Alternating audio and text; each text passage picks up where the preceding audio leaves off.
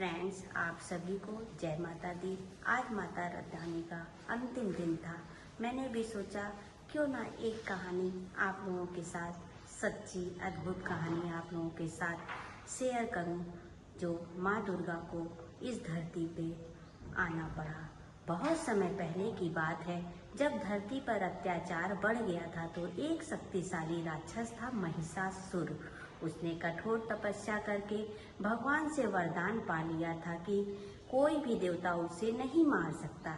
इस वरदान के कारण वह बहुत घमंडी हो गया। धीरे धीरे उसने स्वर्ग पर आक्रमण कर दिया और सभी देवताओं को हरा दिया। इंद्र देव और बाकी सभी देवता बहुत परेशान हुए। वो भगवान ब्रह्मा, विष्णु और शिव जी के पास गए और मदद के लिए कहा, प्रभु हम लोगों की रक्षा करिए। तब तीनों देवताओं ने मिलकर अपने दिव्य शक्तियों से एक अद्भुत शक्ति का निर्माण किया। जी हाँ फ्रेंड्स, वही वो शक्ति है आदि शक्ति माँ दुर्गा। माँ दुर्गा का रूप बहुत तेजस्वी और शक्तिशाली था। उनके 10 हाथ थे और हर हाथ में अलग अलग अस्त्र शस्त्र थे, जैसे त्रिशूल, चक्र, तलवार, गदा आदि। उनका वाहन सिंह शेर था, जो साहस और शक्ति का प्रतीक है। माँ दुर्गा ने महिषासुर को युद्ध के लिए ललकारा। दोनों के बीच भयंकर युद्ध हुआ। यह युद्ध कई दिनों तक चलता रहा। महिषासुर बार बार अपना रूप बदलता था, कभी भैंसा का, कभी शेर, कभी हाथी, ताकि वह माँ को भ्रमित कर सके। लेकिन माँ दुर्गा अडिग थी, उन्होंने हार नहीं मानी। उनका तो 9 रूप भी है।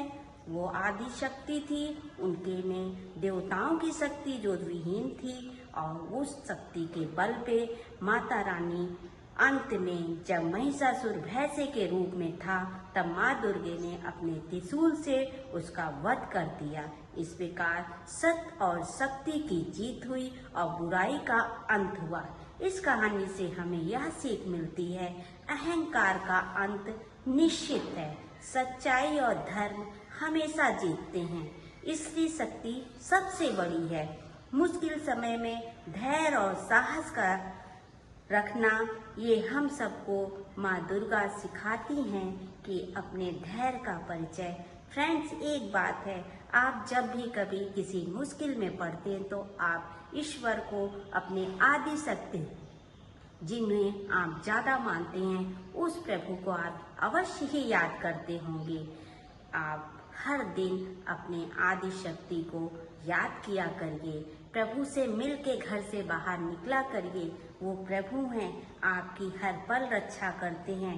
कोई ना कोई आदि शक्ति जरूर है जो हम सबको हमेशा किसी न किसी रूप में रक्षा करती है।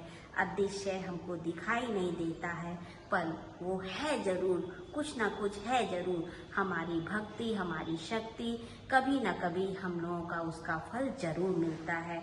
इसलिए भक्ति में रहिए, संस्कार से बंधे रहिए, अपने विचार को शुद्ध रखिए। कहीं ना कहीं आपके ऊपर प्रभु और माता रानी की कृपा हमेशा बनी रहेगी। आप सब ये सब वीडियो आपने देखा, उसके लिए आप सबको बहुत बहुत शुक्रिया, धन्यवाद, थैंक यू। जय माता दी, जय माता दी।